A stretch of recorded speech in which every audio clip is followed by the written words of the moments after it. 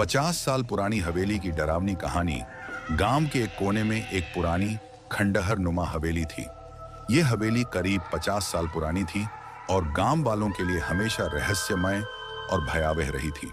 हवेली का नाम था चंद्रकांता हवेली। इसे एक अमीर जमींदार ठाकुर रणवीर सिंह ने बनवाया था। कहते हैं कि इस हवेली के बनने के कुछ साल बाद ही वहां अजीबोगरीब घटनाएं होने लगीं। रणवीर सिंह अपनी पत्नी चंद्रकांता और बेटी सुहानी के साथ इस हवेली में रहते थे। उनकी जिंदगी बहुत सुखद और शाही थी, लेकिन एक रात उनकी बेटी सुहानी अचानक गायब हो गई। उसे पूरे गांव ने ढूंढने की कोशिश की, लेकिन वह कहीं नहीं मिली। कुछ दिनों बाद उसकी लाश हवेली के पिछवाड़े के कुएं से मिली। लोग कहते हैं कि रणवीर सिंह की पत्नी इस सदमे को सहन नहीं कर पाई और उन्होंने उसी कुएं में कूदकर जान दे दी। इस घटना के बाद से रणवीर सिंह अकेले हो गए। कुछ सालों बाद उनकी भी रहस्यमय परिस्थितियों में मौत हो गई। गांव वालों का मानना है कि इस त्रासदी ने हवेली को शापित बना दिया। जब से रणवीर सिंह की मौत हुई, हवेली में कोई नहीं रहा, लेकिन रात होते ही हवेली से चीखने चिल्लाने की आवाजें आने लगीं। गांव वाले बताते हैं कि रात के समय वहां से गुजरने वाले लोगों ने किसी लड़की के रोने की आवाजें सुनी। कई बार वहां किसी सफेद साड़ी पहने औरत को घूमते हुए भी देखा गया। एक बार गांव के कुछ युवकों ने साहस दिखाकर रात के समय हवेली में जाने की ठानी।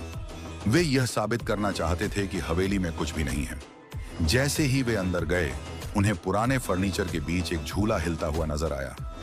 हवेली के गलियारों में से किसी के चलने की आवाजें आने लगीं। अचानक से एक जोरदार ठहाका गूंजा और सभी युवक डरकर भाग निकले। कुछ साल पहले एक बिल्डर ने उस हवेली को खरीदने और वहां एक होटल बनाने की योजना बनाई। उसने कुछ मजदूरों को वहां भेजा, लेकिन वे मजदूर पहले ही दिन डर के मारे भाग गए। उन्होंने बताया कि एक सफेद साड़ी पहने महिला ने उन्हें काम करने से मना किया।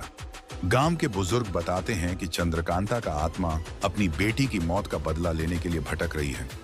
कोई कहता है कि रणवीर सिंह ने अपनी बेटी की हत्या की थी, जबकि कुछ का मानना है कि चंद्रकांता के खुद के भाई ने उनकी संपत्ति हड़पने के लिए यह सब किया।